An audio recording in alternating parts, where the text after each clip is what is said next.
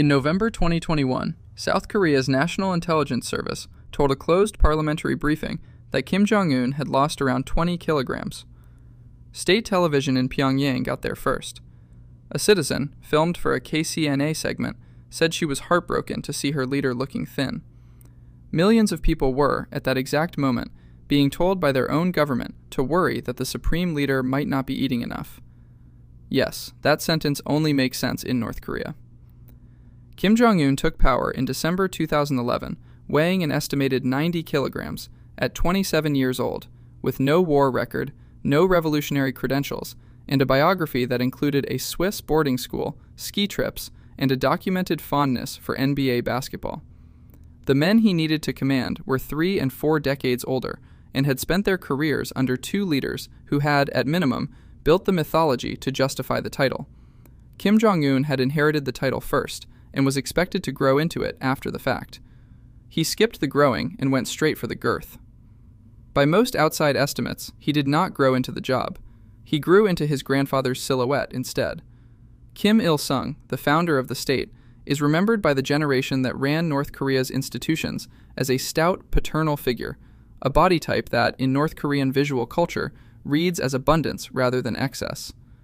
South Korean intelligence officials and at least one North Korean defector-turned-politician have said publicly that they believe Kim Jong-un's weight gain in his first years in power was, at least in part, deliberate, an attempt to visually resemble the grandfather whose legitimacy he had not earned on his own. By 2014, he was estimated at around 120 kilograms. By 2016, estimates put him near 130. State media that same period acknowledged, without much elaboration, that he was suffering discomfort in his ankles from what it called strenuous field guidance. Most world leaders get gout from a state dinner. Kim got his from a state ideology. Whether the weight was strategy, appetite, or both is not something that can be confirmed from outside Pyongyang. What can be confirmed is the contrast it sat against. North Korea's famine of the mid-1990s, remembered domestically as the Arduous March, killed an estimated 1 million people over 4 years, roughly 5% of the population, while Kim Jong-un was a teenager living abroad. The World Food Program has run continuous operations in the country since 1995. As of recent years, the UN has estimated that more than 10 million North Koreans, over 40% of the population, are undernourished.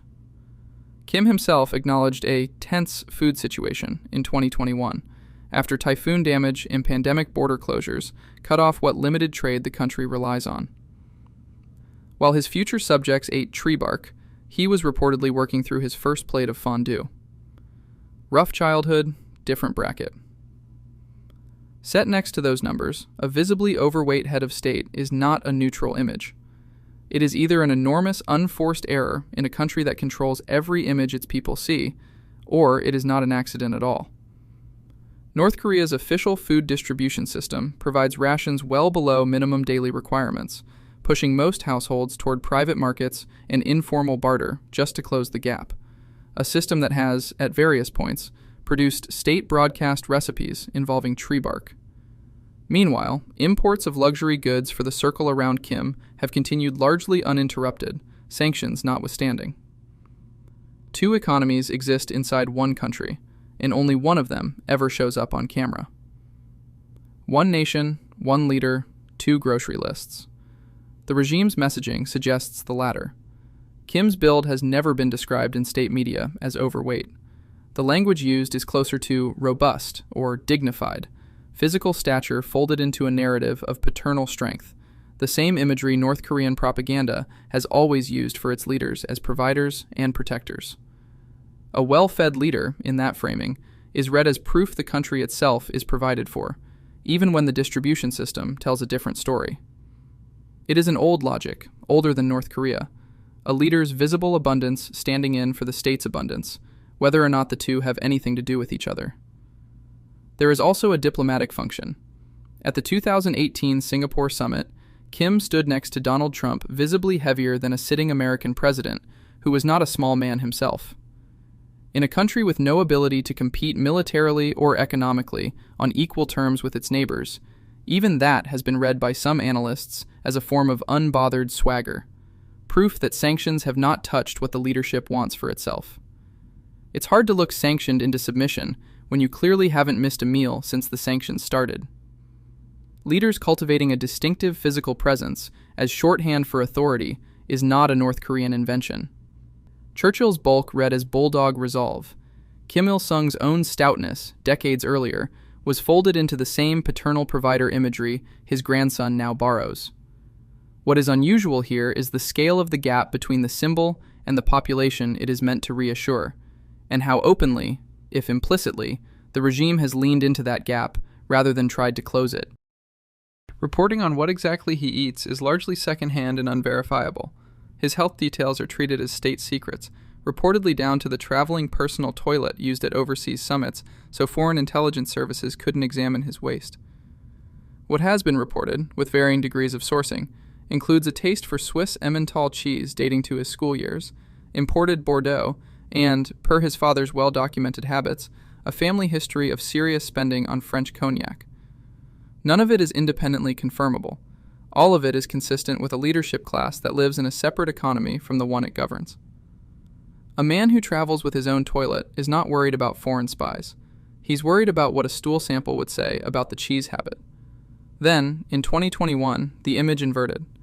Kim disappeared from public view for roughly 3 weeks that spring, missing the day of the sun for the first time, an absence unusual enough that outside reporting speculated openly about his health. When he reappeared, he was thinner. By the summer, South Korean intelligence had the number, roughly 10 to 20 kilograms lost, using AI-assisted analysis of state video to estimate it, and no sign of the medical treatment that would suggest serious illness. Their conclusion was that this was very likely intentional, weight loss, not decline. Pyongyang did not call it a diet. It could not. Decades of visual messaging had tied Kim's size to strength. Announcing weight loss as a health choice would have undercut the point of the size in the first place. So the framing shifted to sacrifice, a leader thinning himself, implicitly, alongside a hungry population. It is worth noting this is one of the only instances of North Korean state media volunteering, unprompted, that its leader's body had changed at all.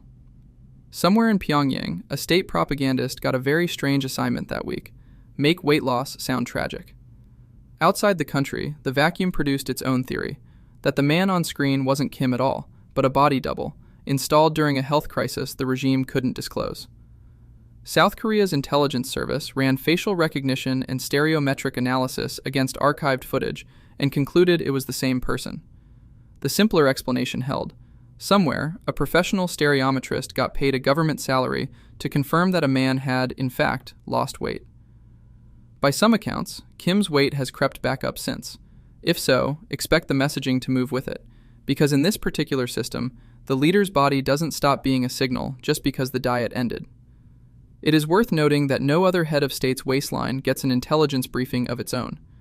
What Kim Jong-un's does, more than anything else, is register how much a state built on scarcity still needs its leader to look like proof there isn't any.